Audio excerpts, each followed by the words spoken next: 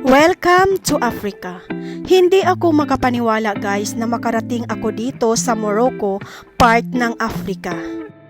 It's a long journey sa lugar ng aming pupuntahan, ang syudad ng Casablanca na kung saan doon ang aming main destination. Habang patuloy na umuusad ang ating sinasakyan, ako ay natutuwa at naaaliw habang tumitingin sa kapaligiran. What can I see is, it's amazing Mother Nature. At ayan guys, nandito na tayo sa ating destinasyon. Hi guys, welcome back to my channel. Today we are in the Morocco. Welcome to Morocco. Now I know why the water we drink is salty. Because it came from the beach. It came from the beach? I don't think so. Ito guys, ang outside view sa aming tinitirhan. At kami ay pupunta sa market niyan. At habang kami ay naglalakad, may nakita ako. Ayun oh, may university pala dito malapit sa bahay. Ang salita dito guys is Moroccan language, Arabic, French, English. Kaya nakikita nyo guys na may mga translate into Arabic at French. At hindi lingid sa ating kaalaman, ang Morocco ay isang Muslim country. Ang isa sa pinakagusto ko dito guys, yung steam bath. Dahil ang steam bath ay maraming makukuhang benefits sa ating katawan. Ayan, malapit na tayo sa market na ating pupuntahan. Hi guys, nandito kami. Ipasyal ko kayo sa mga souvenir section dito sa market ng Morocco. Before that, pupunta muna tayo doon sa colorful costumes na ginagamit lamang tuwing fiestas at special occasion.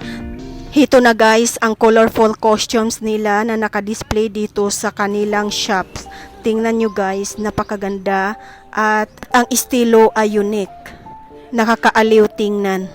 Next ay pupunta tayo doon, papasokin natin ang Yungiv na kung saan pupunta tayo doon sa kabila, titingin sa kung anong meron doon.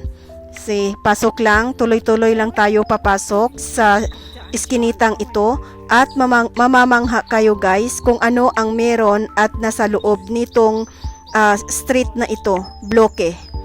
Kaya cat is over there.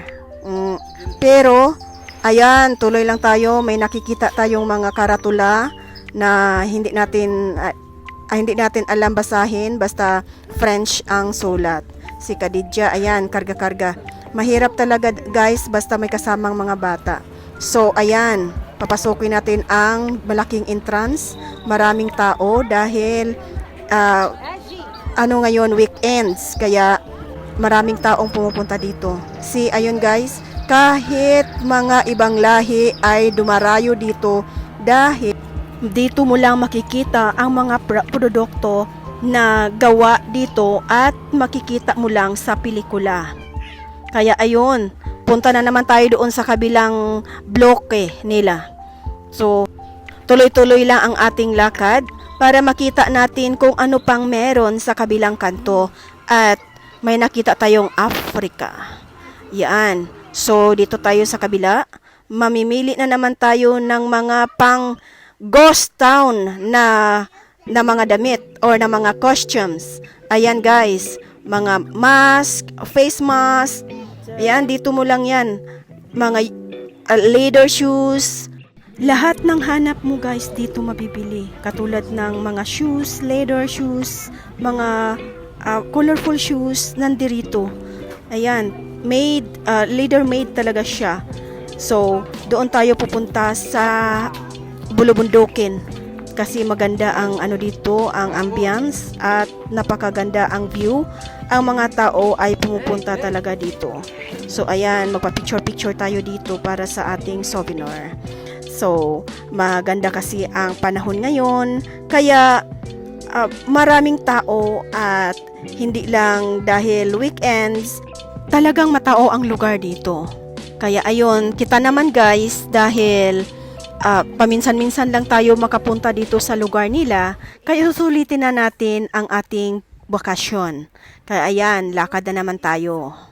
At siya nga pala guys, dagdag sa ating kaalaman, ang kultura ng Morocco ay blended ng mga Arab, Amasite, kulturang Andalusian na may mga impluensyang Aprikano, Hebraic at Mediterranean. Ito ay kumakatawan at hinuhubog sa pamamagitan ng isang convergence ng mga impluensya sa buong kasaysayan.